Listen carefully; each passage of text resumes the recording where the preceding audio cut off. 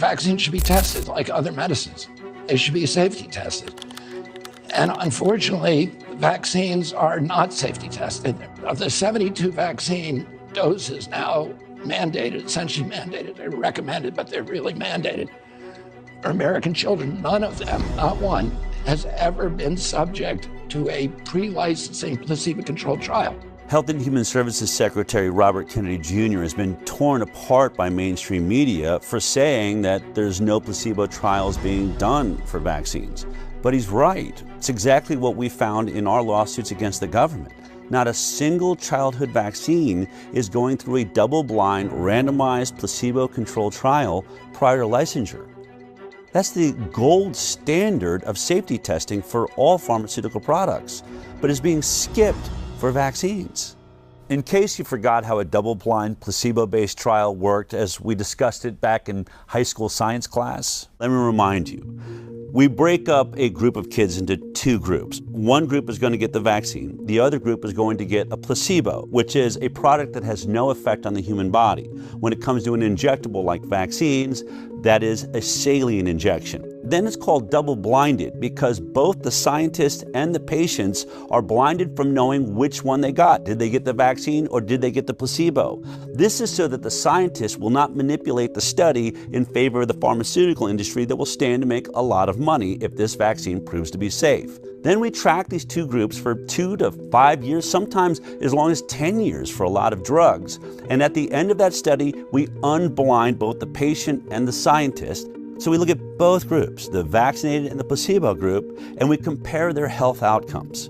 Who had more cancer? Who had more diabetes or ADD, ADHD or autism or Tourette's or lupus or multiple sclerosis? All of these things that are currently skyrocketing in the United States of America. And if, when you compare them, they both turn out the same, there's the same amount of issues in the vaccinated group as is in the placebo group, then you know it's safe. You've established what we call a safety baseline. But if the vaccinated group has more issues than the placebo group, then we know it's not safe and it shouldn't be put on the market. Only one problem. Not a single vaccine on the childhood schedule has ever been through a double-blind, placebo-based trial. Therefore, they cannot say the vaccines are safe based on science. Are all vaccine trials placebo-controlled? No, and nor should they be. So, for example, when Prevnar 13, so Prevnar was a conjugate pneumococcal vaccine. The FDA has approved a new pneumococcal vaccine. It had to be tested in a phase 3 trial, and so the control group there was Prevnar 7 and had been shown to work. It will replace Prevnar, which was effective against 7 serotypes. You can't ask parents to put their children at risk of pneumococcal disease when there existed on the market at the time a vaccine to prevent that. And the World Health Organization has been very clear on this. That would have been considered an ethical trial. Dr. Paul Oppett's one of the big proponents of vaccinations, probably because he's made a vaccine and made a killing off of it, the rotavirus vaccines on the childhood schedule. It doesn't matter whether I financially benefited or not. He likes to go around and say, well, we can't always do placebo trials, especially if there's already a vaccine that covers that disease.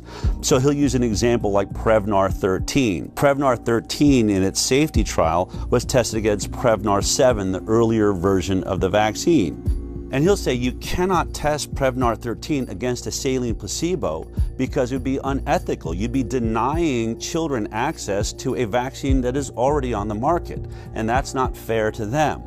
But what he leaves out is that Prevnar 7 was never tested against a saline placebo, so we don't know if it's safe. So we're testing one product we don't know the safety profile on with another product we don't know the safety profile on, and this is how the entire vaccine schedule works. I like to call this the whiskey study.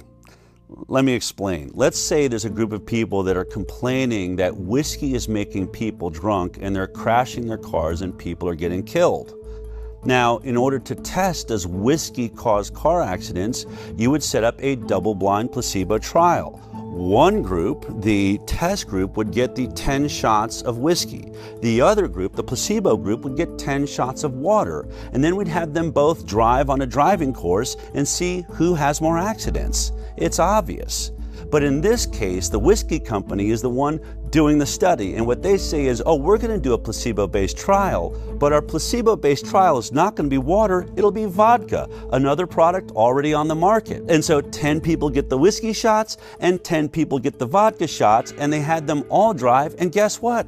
They had just as many car accidents. Therefore, whiskey does not cause car accidents because it didn't cause any more than the vodka did. And so to take this all the way to the end of Dr. Paul Offit's point, if vodka had ever been tested against 10 shots of water and there was no car accidents in the vodka group, then it would make sense to test the whiskey against the vodka. But we all know that study was never done, just like no vaccine placebo study was ever done.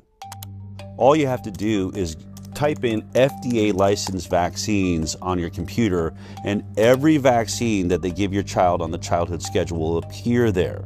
And then you can click on any one you're interested in. Let's click on Recombavax HB. This is one of the hepatitis B vaccines they give your baby on the first day of life. Hello, welcome to the world. Gasp for your first breath, and here comes your first sexually transmitted disease. Now, go to vaccine insert. This is the insert or the warning label that is wrapped around the vaccine when it's delivered to your doctor. It has all kinds of information like what's in the vaccine, all the ingredients, side effects of the vaccine, but I want you to focus on section 6.1. This is where they talk about the clinical trial they relied upon to establish safety. It's always 6.1 on every single vaccine, so you can look at all of them. But in this one, you'll see that there was only 147 children in the entire trial. And they were only monitored for 5 days after each dose. 5 days. So think about it. Would you take any drug that was only monitored for safety for 5 days? If your child dies on day 6, it wasn't captured by this trial. They'll say, we didn't see any deaths.